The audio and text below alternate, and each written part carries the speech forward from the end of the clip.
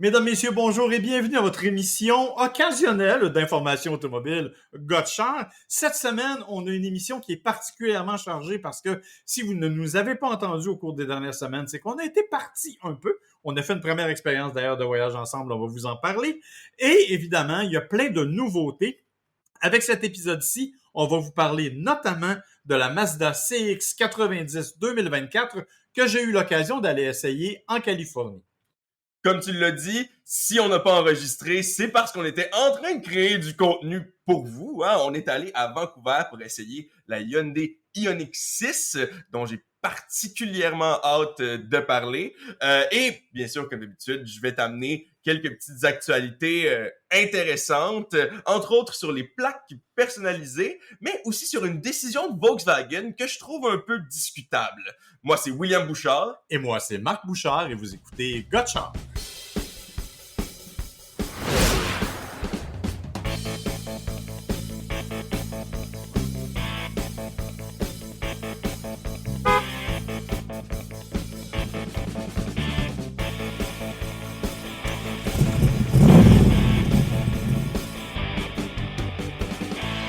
Alors voilà, comme on vous le dit, c'est plein de nouveautés. Pourquoi on vous dit ça? Parce qu'à ce moment, au moment où on enregistre, les deux essais dont on vous parle viennent à peine sortir d'un embargo. On n'avait pas le droit de vous en parler avant. C'est pas qu'on voulait pas, mais les compagnies refusaient.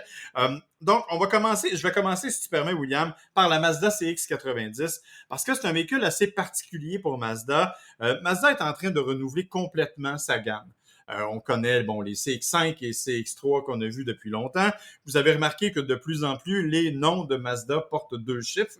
La CX-90, c'est la remplaçante de la CX-9. C'est donc le grand format, trois rangées, au choix, siège capitaine ou banquette dans la deuxième rangée. Mais tout ça pour dire que vous pouvez aller jusqu'à 7 passagers. Donc, un véhicule qui est assez imposant en termes de dimension. Le genre de véhicules qui, normalement, sont un peu ennuyants à conduire et qui ont la fâcheuse habitude de trop consommer. Dans le cas de Mazda, cependant, on a décidé de se lancer dans quelque chose d'un peu unique parce que je ne sais pas si on peut dire qu'on va dans la tendance ou qu'on va à l'envers de la tendance. Et je m'explique.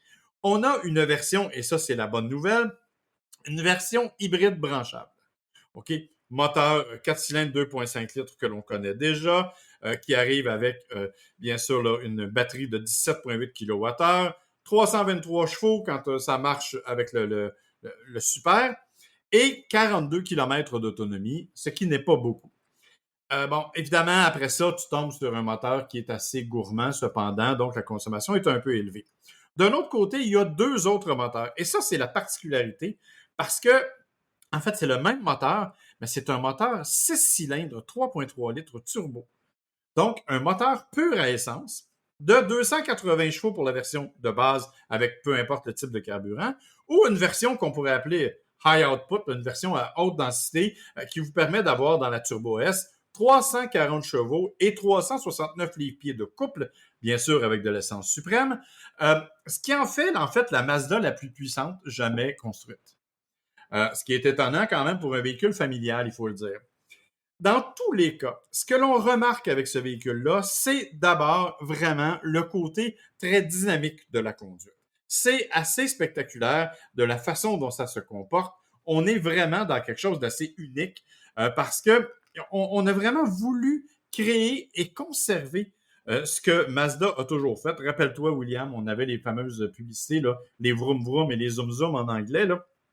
Donc, c'est quelque chose qui est assez unique à Mazda et qu'on a voulu préserver. On a eu, tu l'as déjà lu parce qu'on a fait plein de trucs sur Mazda, le Skyactiv G, le contrôle vectoriel de la force G, en fait, qui était le vrai nom. Donc, c'est un système qui permettait d'avoir plus de stabilité. Mais là, on a mis un nouveau système en place qui s'appelle le Kinetic Posture Control. En gros, ce que ça fait, c'est que c'est fait pour réduire les mouvements de la caisse quand on freine ou qu'on accélère trop vivement et ça va utiliser en fait le freinage ou l'accélération pour moduler la puissance de chacune des roues de façon à garder la caisse le plus stable possible. C'est intéressant parce que quand on a un gros véhicule comme celui d'un CX-9, bien sûr, on ne veut pas balloter là, comme si on était en bateau. Donc, c'est en soi une très, très bonne nouvelle. L'intérieur de ce véhicule, en fait, pas juste l'intérieur, tout le véhicule est vraiment à un autre niveau. Chez Mazda, on veut vraiment jouer la carte du char de luxe. On est vraiment, oui, il y a des versions de base, là, mais on est allé vraiment dans des éléments très particuliers au niveau de la qualité de finition, de la qualité des matériaux. Nous, on avait une version, entre autres, où la planche de bar était en Suède, là, en cuir presque. Mhm. Écoute, c'est vraiment. On parle de quelle tranche de prix, là, tant qu'à parler d'expérience de luxe? Ben, écoute, c'est sûr qu'on s'entend que c'est pas un véhicule qui est donné, mais c'est un véhicule qui part de 45 900 jusqu'à 63 000 Ben Mais écoute, pour la qualité que tu viens de mentionner, 63 000 dans le fond, c'est pas tant que ça, là. c'est pas tant que ça. Puis quand tu le compares aux rivaux, là, Kia Telluride, Hyundai Palisade, on est tout à fait dans le même monde. Donc, on se retrouve vraiment avec un véhicule qui est intéressant. Évidemment, bon, nous, on a essayé les deux versions dans des conditions particulières parce qu'on était un peu pressé, c'est-à-dire qu'on faisait une le matin et l'autre l'après-midi. La version hybride, elle est intéressante. Oui, on a fait les 40 km à peu près sans consommation. C'est vrai que c'est bien. Par contre, effectivement, la consommation augmente énormément à partir du moment où la batterie est vide. Et ça, c'est particulier. Moi, j'ai trouvé le 6 cylindres beaucoup plus intéressant à conduire. D'autant que il est jumelé à une transmission qui a été créée par Mazda pour les besoins de la cause. C'est la même transmission pour les deux. C'est une 8 vitesses qui est absolument particulière, qui répond bien et qui est un plus petit format, donc qui donne plus d'espace sous le capot, mais aussi plus d'espace dans l'habitacle. C'est vraiment quelque chose. Et la rapidité avec laquelle la transmission répond, c'est vraiment, vraiment intéressant. Pour le reste, écoute, comment je pourrais dire? Toi qui aimes les affaires japonaises, tu vas être heureux d'apprendre que je te parlais de la finition. On a utilisé toutes sortes de techniques. Chez Mazda, on est très, très fort sur l'héritage et le patrimoine japonais. Comment ça s'appelle quand le cavalier fait un seul oui, ouais, tu veux que je le dise parce que toi, t'as de la misère, hein? Ouais. Jinba Itai. C'est ça. Ben ça, c'est encore la philosophie qui dirige tout ce que Mazda fait. Mais on a une autre chose qui est une technique de tissage japonais qui s'appelle le kumihimo. Et c'est une façon de faire, et c'est comme ça qu'on a utilisé une certaine esthétique pour finir la Mazda CX-90. Est-ce que ça va changer quelque chose pour monsieur et madame tout le monde qui va acheter la voiture? Probablement pas. Il va regarder l'auto, il va dire c'est beau ou ça ne l'est pas. Mais en même temps, ça dénote, moi, ce que je trouve vraiment l'importance que Mazda accorde à son héritage et à son patrimoine. Et je pense que c'est loin d'être une mauvaise chose. C'est un excellent véhicule, donc fort intéressant. Mon seul bémol, c'est le système d'infodivertissement. Oui, il y a un écran multifonction qui est avec bon Apple CarPlay, Android Auto, mais honnêtement, j'ai pas trouvé que c'était. Je trouve que le système Mazda, il est lent, il est pas fonctionnel, il va pas aussi bien. Il y a toujours la molette centrale. On dirait que ça n'a pas évolué vraiment. Ça, c'est le premier volet. Deuxième volet, on a essayé de mettre des gadgets un peu particuliers. Entre autres, un système qui te permet, quand tu entres certaines données, de te détecter et de faire le bon placement de siège pour toi. Alors, tu vas dans le tableau de bord, tu donnes ta grandeur et il y a une espèce de caméra qui te regarde et qui va placer le siège et le volant pour toi. Je te confirme que ça n'a jamais fonctionné avec moi et ça n'a jamais fonctionné avec la jeune fille qui a essayé de me le montrer non plus. Si moi, j'avais conduit de la façon dont il m'avait placé, je serais mort étouffé parce que j'avais la bédaine coincée par le volant puis le dossier. Ça n'a pas vraiment bien fonctionné. Pour d'autres, semble-t-il, ça a bien été, mais moi, la méthode automatique, je ne dois pas être un bon format pour ça. Alors, évidemment, ça pose un problème au niveau des technologies, des gadgets qui, des fois, ne sont pas nécessairement utiles. Mais pour le reste, c'est vraiment un véhicule qui est intéressant. Alors, la réalité, c'est que, d'une part, l'hybride est admissible à certaines aides financières. Hein, tu parlais de prix, donc ça, c'est quand même intéressant. Et l'autre élément, c'est vraiment un VUS familial pour ceux qui aiment conduire. C'est ça la grande qualité du CX-90. C'est un véhicule qui est destiné aux gens qui apprécient la conduite parce que ce genre de gros véhicule-là, souvent, se comporte de façon un peu plus ordinaire, peut-être un peu moins efficace et un peu moins dynamique, alors que du côté du CX-90, on a vraiment réussi un bon travail de ce point de vue-là. Bonne tenue de route, des suspensions. Il faut dire que, bon, suspension à double bras triangulé à l'avant, ce qui modifie. On a défait aussi les joints. On avait des joints de caoutchouc pour maintenant, c'est des rotules métalliques qui sont plus directs, qui sont plus solides.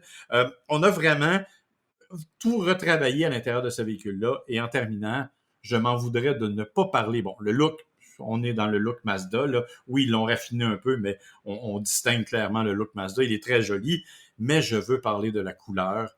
Le rouge artisan, qui est absolument magnifique. C'est une couleur rouge foncé qui est absolument superbe. Moi, je l'ai beaucoup, beaucoup aimé.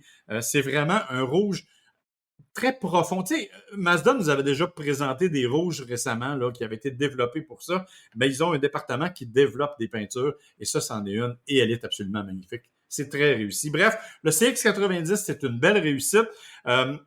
Écoutez, pas aussi économique peut-être qu'on le voudrait, mais tout aussi économique que ses rivaux dans le même créneau. Et d'un autre côté, vraiment plus dynamique que les autres. Donc, c'est vraiment pour les gens qui s'intéressent à la conduite comme telle. Un véhicule à surveiller. Et ce qui va être à surveiller, ça va être le CX-70, qui va arriver avec la même motorisation, mais en format plus petit, 5 passagers, qui risque d'être encore plus dynamique. Ah, ça, j'ai bien hâte de l'essayer. D'ailleurs, tu viens de m'apprendre un mot en japonais, hein, himo, qui veut dire du cordage. Mais dans le fond, moi, ce que je voulais dire, c'est que je suis quand même impressionné par l'attention aux détails toujours de Mazda. Hein. C'est un petit peu ça le sentiment que j'ai. C'est pas nécessairement les véhicules les plus dynamiques, le fun à conduire, quoi qu'ils sont quand même pas si... Sont vraiment au contraire. Moi, je trouve qu'ils sont très axés vers ce dynamisme-là. Mais tu as raison, ils font une grande attention aux détails. Je trouve qu'ils sont très smooth, disons. Oui, ils font attention à la conduite, mais c'est pas nécessairement le même genre de conduite qu'on va s'attendre si on va vers quelque chose comme turbo, un peu sportif. Là. Non, c'est pas allemand. On s'entend c'est que c'est ça. C'est ce que je veux dire. C'est vraiment agréable à conduire. Oui, l'expérience de conduite est vraiment présente. Justement, c'est ce que ça veut dire après tout le Jinba Ittai, là, hein? Ouais. Mais ce que je veux dire, c'est qu'il faut pas aller là pour s'attendre à être collé à son siège, là, quand on met le pied au plancher. Même si l'expérience de conduite est vraiment agréable. Mais ce que je veux dire, c'est que, justement, j'ai aussi lu, je crois, sur le site japonais, si je ne m'abuse, de Mazda, qui utilisait aussi des techniques de laque japonaise aussi pour développer leurs matériaux. Donc, je trouve ça quand même intéressant. Ben, comme je te dis, ils sont très, très tournés vers leur héritage japonais et vers toutes les qualités et la capacité d'assemblage et de construction. C'est vraiment, vraiment spectaculaire. Ça, c'est vraiment super bien. Et oui, moi, j'aime Mazda pour ça. Mais tu as raison, c'est pas des Allemands, mais c'est quand même, quand on regarde à l'exception des Allemands, c'est quand même ceux qui sont le plus proches en termes de dynamique de ça. Peut-être que je n'ai juste pas assez d'expérience à conduire d'autres voitures. On va t'envoyer conduire d'autres marques dont on nommera pas le nom tout de suite, là, mais quand tu auras conduit d'autres marques plus abondamment, tu verras la différence. On verra. Mais quand même, là, je commence à avoir conduit pas mal de véhicules d'une marque en particulier. Hein? Les habitués du podcast vont savoir mon amour immense de la Hyundai Ioniq 5 ou du Hyundai Ioniq 5 parce que c'est un VUS.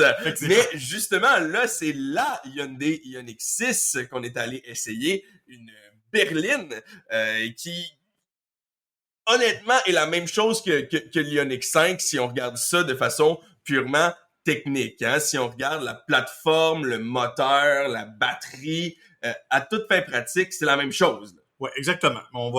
Techniquement, on va le dire, là, c'est architecture 800 volts que l'on connaît, la plateforme EGMP qui est la même, qui est utilisée pour tous les véhicules électriques coréens, que ce soit Kia ou Hyundai. Donc, on a une batterie de 77,4 kWh qui est disponible. Ben ça, je pense qu'en fait, il y a plus qu'une batterie, là, il y en a plusieurs.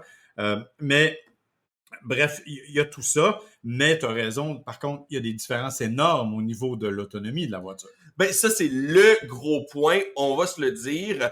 Si on termine sur la motorisation, là, on parle de deux moteurs. Il y a un moteur à propulsion, mais plutôt deux choix de motorisation, hein, parce que il y a le moteur à propulsion qui fait 225 chevaux. Sinon, on peut aussi avoir le modèle 4 roues motrices qui va faire 320 chevaux, comme d'habitude répartis sur deux moteurs, comme la plupart des véhicules électriques. Mais, comme tu l'as dit, c'est l'autonomie qui est vraiment étonnante parce que la grosse différence entre l'Ioniq 5 et l'Ioniq 6, c'est le design. Le design qui a été fait pour maximiser l'aérodynamisme. Puis là, on se dit, ben là, c'est pas toutes les voitures qui ont été faites pour maximiser l'aérodynamisme, mais là, c'est quand même impressionnant, là. Oui, en fait, on en a déjà parlé, j'avais déjà discuté, moi, avec le designer, et écoutez, on arrive, d'ailleurs, la voiture vient d'être nommée, William, corrige-moi si je me trompe, par Ressources naturelles Canada, comme étant la voiture électrique ayant la meilleure performance énergétique au pays. Donc, elle a devancé tout le monde. Tu me l'apprends, mais je serais pas étonné quand on regarde justement l'autonomie. Hein, si on prend, on va partir par le moins impressionnant. Hein, si on prend le modèle avec les jantes de 20 pouces, avec le modèle avec la motorisation plutôt 4 roues motrices, on se ramasse avec 435 km d'autonomie. Déjà, c'est le moins grand qu'on peut avoir, puis c'est 435 km. Ce qui est assez surprenant, effectivement. Même motorisation, jantes de 18 pouces, quand même une bonne différence. On se ramasse avec 509 km d'autonomie. Quand même. Mais 18 à 20 pouces, c'est fou la différence, pareil. Hein? On y pense pas souvent, mais la grandeur de pneu fait vraiment une différence marquée. Là. Oui, puis bien sûr, on parle aussi là, avec la batterie de grande autonomie de 77,4 kWh. Mais si ça peut te donner une idée aussi de la différence que peut faire le 4 roues motrices versus propulsion, on rajoute presque un autre 100 km d'autonomie avec un modèle à propulsion qui est le moins cher hein, quand on y pense. Et on a 581 km d'autonomie avec le modèle de base avec la batterie de grande autonomie. Ce qui est impressionnant. Et pendant que tu parlais, je suis allé vérifier l'information. Et effectivement, la Ioniq 6 détient désormais le titre national de meilleur de sa catégorie en matière d'efficacité énergétique avec une cote combinée de 14,9 kWh au 100 km pour la version à propulsion dont tu viens de parler à 581 km d'autonomie. Donc, c'est assez exceptionnel comme réussite là, de la part de Hyundai. Donc, je pense que ça, c'est une très, très bonne nouvelle. Ceci étant dit, tu l'as aussi conduite. Oui, absolument. Ben oui, parce que, comme je le disais dans l'introduction, on a eu la chance, du moins, et toi c'est plus habituel, mais moi, c'était ma première. Donc, je remercie beaucoup les gens de Hyundai Canada de m'avoir invité à Vancouver pour le lancement canadien de la Ioniq 6 et on a pu aller en faire l'essai, là, toi et moi, à travers les routes de la Colombie-Britannique qui sont pas nécessairement les plus faciles à conduire pour quelqu'un qui est pas habitué. Hein. C'est la première fois que je conduisais à l'extérieur du Québec. J'ai eu beaucoup de plaisir à prendre certains des virages et à me faire dépasser allègrement par d'autres collègues journalistes qui, eux, savaient ce qu'ils faisaient au volant de la Ioniq 6. Mais si on parle de la conduite, on s'entend que c'est très similaire là, à l'Ioniq 5. Ben, en fait, oui, parce que, veux pas, tu as quand même à peu près la même plateforme. Les batteries sont aussi dans le plancher, donc la répartition du poids est à peu près similaire. C'est sûr que c'est pas... il n'y a pas une différence notable. Par contre, évidemment, ce qui est vraiment distinct, c'est d'une part le design, hein, qu'on aime ou qu'on n'aime pas, mais qui est un design particulier. C'est le fait qu'on parle d'une berline et non pas d'un VUS. Donc, la voiture est plus basse. On la sent quand même un peu plus stable en virage. Oui, d'ailleurs, c'est assez impressionnant. Je parlais des virages que justement toi-même t'as pris avec peut-être un peu plus de vigueur, puis t'as jamais eu de problème là. Jamais. Puis on avait évidemment, nous on avait la version quand même preferred, Ultimate même, même avec le rouage intégral. Donc évidemment, ce rouage intégral-là permet de compenser. On ne parle pas ici là, d'un rouage intégral qui va vous permettre d'aller dans 8 pouces de neige, là, mais peut-être, mais on l'a pas essayé. Il y a quand même le mode neige, il faut le spécifier. Oui, mais c'est ça, mais peut-être, mais on ne l'a pas essayé. On espère qu'on aura l'occasion de l'essayer, mais pas tout de suite. Mais pas tout de suite, je vous le dis, la neige. À l'an prochain. Mais il y a le rouage intégral sert aussi à stabiliser la voiture. Donc, évidemment, il va alterner le couple et la puissance dans les différents trous de façon à s'assurer que la voiture est stable. Donc, tu as une meilleure conduite dynamique, effectivement. Mais au-delà de ça, il y a aussi tous les autres avantages d'un véhicule électrique, notamment la régénération d'énergie au moment du freinage ou les différents dosages. Et là-dessus, je suis obligé de dire que j'ai un petit peu ri de William parce que c'est pas de sa faute, là, il savait pas, mais il avait placé la Ioniq 6 en mode une pédale. T'avais placé la Ioniq 6 en mode une pédale, là, quand même, disons la vérité. Sur autoroute. Le problème, c'est que sur autoroute, bien évidemment, vous comprendrez que d'une part, il y a toutes sortes de systèmes d'aide à la conduite qui vous ramènent au centre de la voie, hein, si vous dérapez. Pas déraper, mais si vous traversez la ligne sans prévenir. Et le fait d'avoir une pédale, ben ça a le principe de ralentir considérablement la voiture dès que vous levez le pied de l'accélérateur. Et ça, William, ça a été un petit peu plus compliqué pour toi. En ville, il n'y a aucun problème, justement. En ville, c'est très pratique. On n'a pas besoin justement de changer de pied, de pédale, et on fait juste prendre les stops. Mais quand on est arrivé sur l'autoroute, je savais qu'il y avait la possibilité de changer la régénération, mais vite comme ça, j'y ai pas pensé. Quand on passe aux autres modes, parce que c'est le mode 4, là, une pédale de régénération. Mais quand on va aux autres modes, 2 ou 3, on a quand même une bonne régénération au freinage, mais la pédale est quand même vraiment moins sensible. Il faut se servir un peu du frein, mais sur autoroute, là, on sent moins les coups parce que c'est vrai que je me demandais vraiment pourquoi est-ce que le véhicule réagissait à ce point. Simplement parce que quand on le met au niveau 4 de régénération, hein, il faut le savoir, si jamais vous en achetez une, la pédale est très sensible. Effectivement. Alors, écoutez, ça, c'était juste pour me moquer de William un petit peu parce que ça fait partie du plaisir. J'ai le droit, je suis son père. Mais en même temps, ça fait partie aussi de la conduite d'un véhicule électrique. Hein? C'est pratiquement tous les véhicules électriques ont ça, la conduite à une pédale. Puis, écoute, toi, peut-être que tu as l'habitude de changer de véhicule, mais moi qui ne l'ai pas nécessairement, c'est quand même un gros changement du moins au début. Là. Ouais, ben en fait, c'est un apprentissage, la conduite de voiture électrique, puis finalement, ça s'est fait assez bien. Oui, absolument. On va aussi parler de quelque chose qui est intéressant, qui est important, c'est que avec la Ioniq 6, Hyundai nous propose une berline de grand format. L'intérieur, l'habitacle, là, il y a presque autant d'espace que dans la Hyundai Sonata, qui est quand même la berline intermédiaire. Donc, beaucoup d'espace pour les jambes aux places arrière, mais il y a un petit bémol que moi, j'ai pas ressenti, mais avec lequel toi, tu as eu un peu plus de misère assis sur le siège arrière. Écoute, comme tu l'as dit, le design, on l'aime ou on l'aime pas. Personnellement, j'admets que je préfère la l'Ioniq 6, l'Ioniq 5 plutôt encore à l'Ioniq 6. Mais avec justement ce coefficient de friction de 0.22, faut-il dire, qui est extrêmement bas, ben veut pas, il a fallu qu'on coupe à certains endroits, littéralement. Et ils ont mis les bancs à un angle, là, il faut dire, pour libérer de l'espace pour les jambes. Puis au niveau de l'espace pour les jambes, j'ai rien à dire. Mais comme tu l'as dit, j'ai eu un petit problème quand je me suis assis à l'arrière. Pour réduire la friction, on a vraiment mis l'arrière très bas, ce qui fait que moi, si je me mettais droit, ben j'avais la tête qui rentrait dans le plafond, ce qui est pas nécessairement extrêmement confortable. Non, effectivement, c'est pas un problème que moi j'ai eu. La majorité des gens n'ont pas ce problème-là, soyons honnêtes, là. J'ai quand même comme 15 cm de moins que toi, fait que ça paraît. Il faut effectivement parler de ce design, de la partie arrière qui est le boat tail, là, qui est la queue de bateau, littéralement. On aime ou on n'aime pas. Certaines personnes ne se sont pas vraiment habituées. Par contre, je peux vous dire que la voiture a attiré l'attention. On a eu beaucoup de curieux qui sont venus nous voir quand on était arrêtés faire des photos, faire des vidéos. Alors, on vous invite à regarder la vidéo sur notre chaîne YouTube si vous voulez voir quelque chose.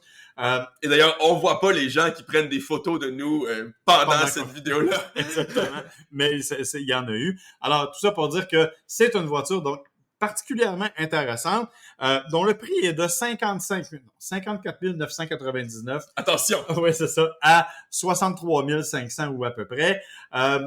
Évidemment, admissible à l'aide financière gouvernementale, mais je suis obligé de dire là, que j'ai travaillé fort pour trouver des défauts à ce véhicule-là, parce que, à part le toit arrière et le design un peu controversé, en matière de tenue de route, de conduite, d'autonomie, de puissance, même quand on accélère. C'est assez impressionnant, surtout le mode sport, là. C'est ça, comme tu l'as mentionné, il y a plusieurs modes de conduite qui sont faciles à changer. Le mode sport change la direction aussi, change l'accélération, et sur autoroute, ça paraît. Ah oh oui, c'est assez impressionnant. Hein? Ben, comme tous les véhicules électriques, le fait que le couple arrive instantanément, on le ressent. Puis là, en mode sport en plus, justement, je parlais d'être collé un peu à son siège, là.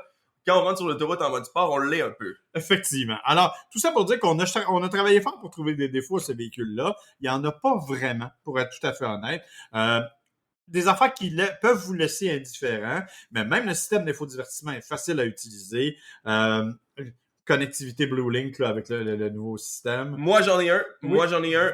Pas de connectivité. Apple CarPlay, Android Auto sans fil, uniquement filaire. Ça, c'est vrai. Ça, c'est un peu désuet comme façon de faire. T'as bien raison. Deuxième petit aspect, encore une fois, ça...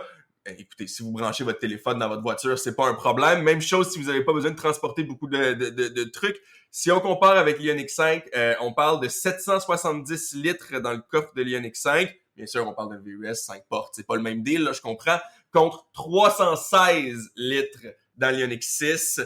Faut pas s'attendre à quelque chose de similaire au niveau du cargo. Mais, comme tu le dis, ça, c'est des choses qui sont personnelles, là.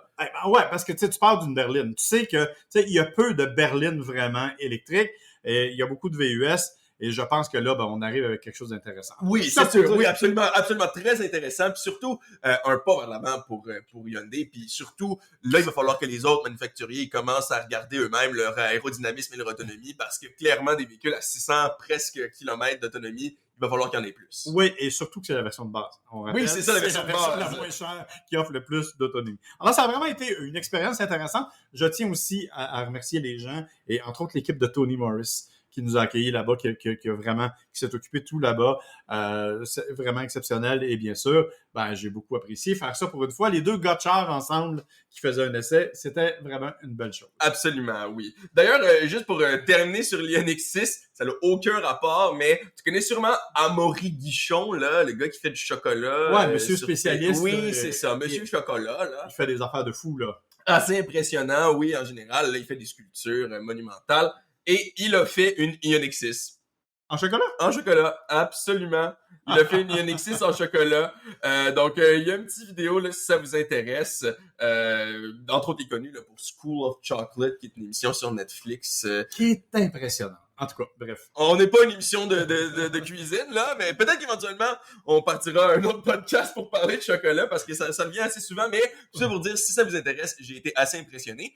Une façon peut-être intéressante de voir si on aime ou pas le design. En tout cas, si tu ne l'aimes pas, tu peux le manger, c'est déjà ça. Ouais, mais ça, il en restera plus à la fin. Moi, je viens de parler sinon d'une drôle d'histoire, OK? Nous, ça fait pas très longtemps qu'on peut avoir des plaques personnalisées, hein? Non, effectivement, c'est récent.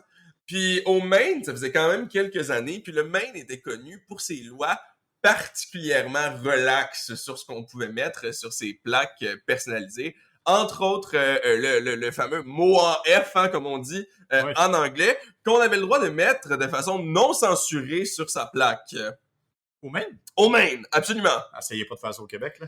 Non, c'est ça, ce qui est assez étonnant, hein.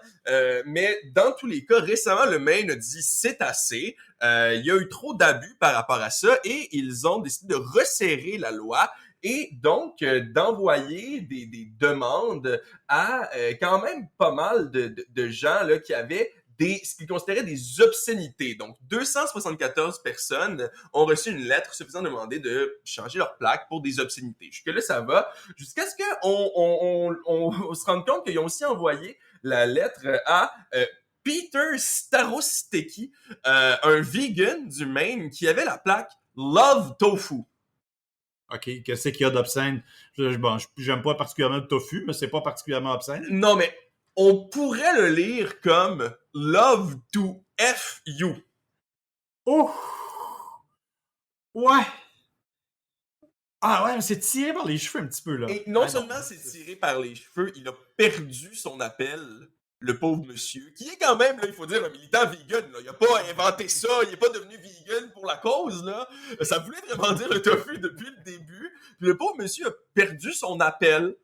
Donc, à moins qu'il y ait un changement bientôt, il va être obligé de changer sa plaque et il ne pourra plus annoncer son amour du tofu sur sa plaque. Mais ça m'a quand même amené à aller regarder sur Internet s'il n'y avait pas d'autres personnes comme ça qui avaient des plaques un peu, disons, cocasses. Hein? Et entre autres, en Californie, il y a quelqu'un qui nous a écrit « A New Start ». Hein? Mais bien sûr, ça ne peut pas rentrer « A New Start » au complet. Donc, il a écrit « New ». N-U. Donc, ça peut être lu Anus Start. Oui. À Hong Kong, une Ferrari jaune avec des lumières rouges, bien sûr, sur le côté. Une plaque Pikachu. Bon, ça, c'est mieux. Bon, peut-être pas... comment je pourrais dire? C'est pas un honneur pour ta voiture elle-même, mais c'est pas... Bah, c'est mignon, c'est mignon. Sur une Nissan Cube, la plaque Rubix. Ben oui, évidemment, bien pensé. Dans le même genre, au Colorado, on a I'm Vegan. On va espérer que lui, il va pas trop se faire harceler par les autorités. Puis, finalement, ben, non, j'en ai deux autres, mais ma préférée, personnellement, je suis un grand fan de ce jeu vidéo-là. La Acura Legend, hein, c'est un modèle de véhicule, et la plaque juste en dessous, of Zelda. Oui, bon timing. Mais mes deux, je dirais que si j'avais à m'en procurer une, ce serait une des deux que j'ai trouvées qui sont particulièrement honnêtes. Alors, il y en a une que c'est average. Ouais, donc, dans la moyenne. On cherche pas plus loin. Non, c'est ça. Puis finalement, une au Texas, I'm a car. Je suis une voiture. Donc, Oui, effectivement. J'avoue que c'est... Écoute, je suis pas un fan des plaques personnalisées, mais j'avoue qu'il y en a qui ont plus d'imagination que moi. moi aussi, je suis obligé de l'admettre. Hey, la Legend, excuse-moi, l'Acura Legend of Zelda, c'est pas mal ma Si préférée. j'avais à avoir une Acura Legend, je pense que c'est le seul moment où je me procurerais cette plaque personnalisée. Mais je viens de parler, écoute, on n'en parlera pas longtemps parce que ce sont des petits véhicules. Quel gag, quel calembour. Mais je viens de te parler de 2 véhicules électriques que tu n'as sûrement jamais vus et qu'on ne verra sûrement jamais. Je vais commencer avec la Changli Nemika. Ah ouais. Disponible entre 930 et 1249 $. Oh, c'est quoi? C'est un Lego? Moi, je pensais plus à un quadriporteur. Ouais. Mais si jamais tu la veux, là, elle est disponible sur Alibaba. OK. Ce qui est bien sûr un gage de qualité. Bien entendu. À chaque fois. Et probablement absolument interdite d'importation au Canada. Ben, il y en a quand même beaucoup des comme ça, hein. Entre autres, Changli en fait pas mal. La moins chère, c'est la Nemika, mais on a aussi la Changli PK002 qui est à 2058 $. On parle de dollars là, américains. Ça, c'est la version de luxe, c'est ça? J'imagine, mais il y a aussi la Mini Solar. La Changli Mini Solar à 2090 $. Il y en a plusieurs autres, là, mais je pense pas que c'est vraiment... Je voulais juste te dire que ça existait et que c'était très laid. La seule chose que je pourrais le comparer, c'était la voiture que j'ai vue en Grèce, hein, qu'on avait parlé, là, Tsaco, quelque chose comme ça. Ouais. Donc, c'est la seule comparaison que j'ai, honnêtement, avec le look, si ça vous intéresse. Et c'est pas particulièrement gage, ça, non, non, absolument pas. L'autre, c'est la Lakota, donc la NTD Energy Lakota.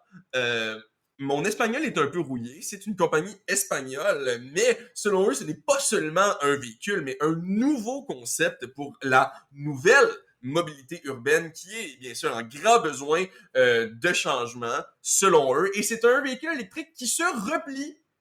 Se replie. Ben, tu sais, t'as-tu déjà vu ça, là, les VR, là, les extensions de VR? Ben, c'est un peu le même principe, mais pour se stationner dans son véhicule. Donc, tu le replies et ton véhicule fait soudainement 6 pieds de long. Ça veut dire qu'on peut en empiler plusieurs. Ça fait penser aux chaises pliantes d'un gymnase, là, tu sais. Oui, parce que justement, ça se plie un peu comme ça, là, en angle pour... parce que bien sûr, on peut pas juste comme le replier en accordéon, là. Donc, 2 véhicules que tu ne connaissais probablement pas l'existence. Pour être honnête, je suis pas sûr que ça manquait tant que ça à ma culture. Mais c'est pas grave, c'est intéressant de le savoir. On est là pour cultiver nos auditeurs. Et nous-mêmes par la même occasion. Oui, et les informer aussi, parce que là, malheureusement, j'ai une histoire un peu moins intéressante. Là, on rit beaucoup, mais là, je viens de parler d'une décision de Volkswagen qui nous en dit long sur le futur, hein, qui s'en vient avec les fameux abonnements qu'on parle souvent pour les différentes options dans les véhicules. Récemment, en Illinois, il y a eu un événement de carjacking, tu me diras le mot français, mais il y a quelqu'un qui a pris le contrôle d'un véhicule dans lequel il y avait un enfant à l'arrière. Donc, il a volé la voiture. Oui, c'est ça, exactement. Un Volkswagen Atlas 2021 qui a été volé là, par des voleurs dans la cour de la personne qui s'apprêtait à partir. Et il y avait un enfant dans le véhicule. Okay. Ce qui est quand même assez horrible. Je vais tout de suite dire la fin. Tout le monde a été réuni, tout le monde est correct, pas de blessés, pas de problème, plus de peur que de mal. Mais quand on a demandé à Volkswagen d'utiliser leur service CarNet, qui est le service connecté justement pour les situations d'urgence, on a dit à la famille, ben malheureusement, votre période d'essai est expirée. Il va falloir que vous payiez 150 $ si vous voulez qu'on utilise notre technologie pour retracer votre véhicule. Pardon, ils ont voulu les faire payer au moment d'un enlèvement parce que l'abonnement n'était pas renouvelé. Exactement. C'est épouvantable. Écoute, au moins Volkswagen, après, était d'accord avec toi. C'est ce que les différents responsables ont dit aussi, que c'était une grosse erreur de procédure et ils ont rendu le service CarNet gratuit pour du moins les 5 prochaines années à cause de ça. Mais écoute, comme je te dis, là, Volkswagen se sont repris rapidement, mais Le problème, c'est que là, ça indique, écoutez, ça veut dire que avec tous les abonnements qui s'en viennent, on va être littéralement à la merci des manufacturiers. Là, c'est un cas catastrophique, un des pires, un enlèvement d'enfants. Normalement, tu te poses même pas la question, là.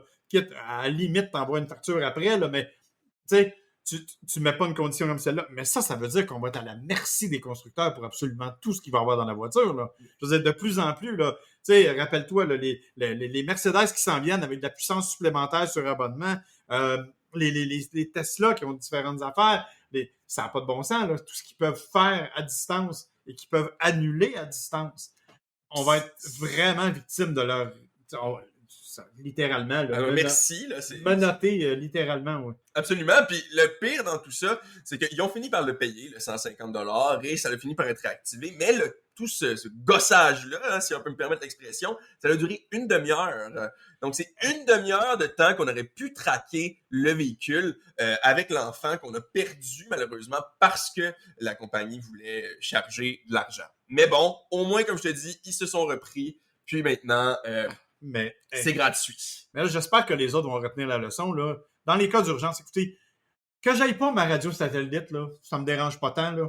Mais quand il est question de sécurité, ça devrait même pas faire partie des forfaits sur abonnement. Ça devrait être standard. Il me semble que c'est juste la logique. Selon moi, même, ça devrait être légalement obligatoire si on offre ce genre de service-là. Mais écoute, on pourrait parler longtemps de la législation, mais il me semble que ça a toujours été l'exception, les services d'urgence, les services comme OnStar, tout ça, là, bien sûr, il faut payer, mais il y a toujours un service d'urgence.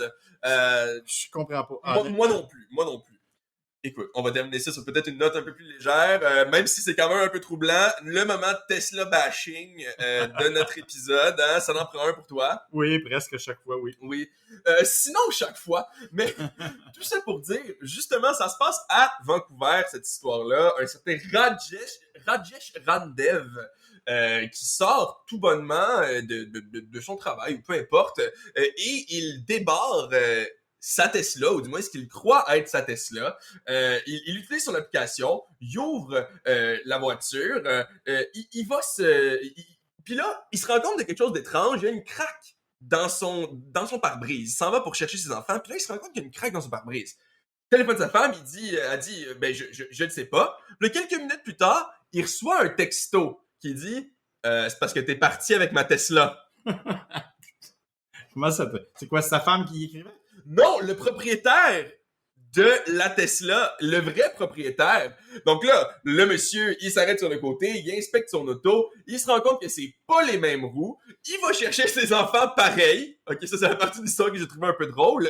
Puis finalement, il appelle la police et les deux propriétaires se rendent compte, voilà, que c'est juste un petit malentendu, s'échangent des voitures.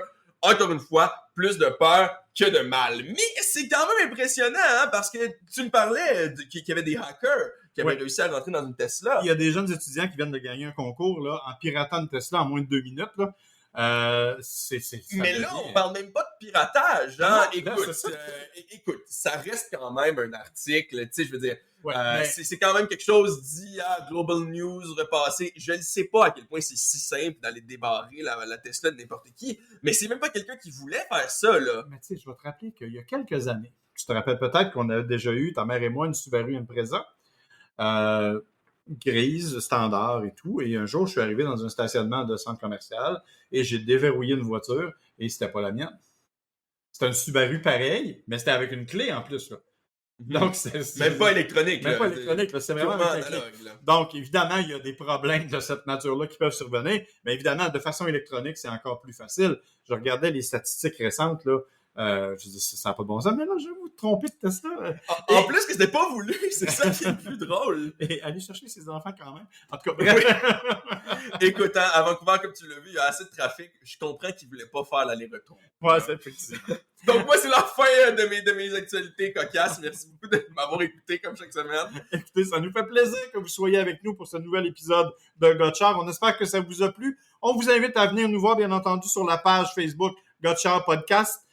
Sinon, sur nos pages Facebook personnelles, bien entendu. On a une petite chaîne YouTube où on a mis un petit vidéo qu'on retrouve aussi sur la page Facebook. Et bien sûr, on est disponible, cette balado-là est disponible sur toutes les plateformes. On vous invite à vous abonner si vous ne l'avez pas déjà fait et à nous envoyer vos commentaires et que ce soit sur les plateformes ou directement à nous. Ça nous fait plaisir de les recevoir. Alors là-dessus, mon cher William, je te remercie pour ta recherche intensive. Toujours.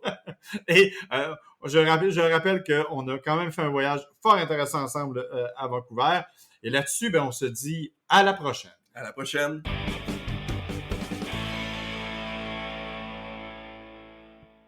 Gotchard est une production de l'agence MWA Bouchard, à l'animation Marc et William Bouchard, au montage sonore Audrey Denomé et pour la musique thème Kevin MacLeod.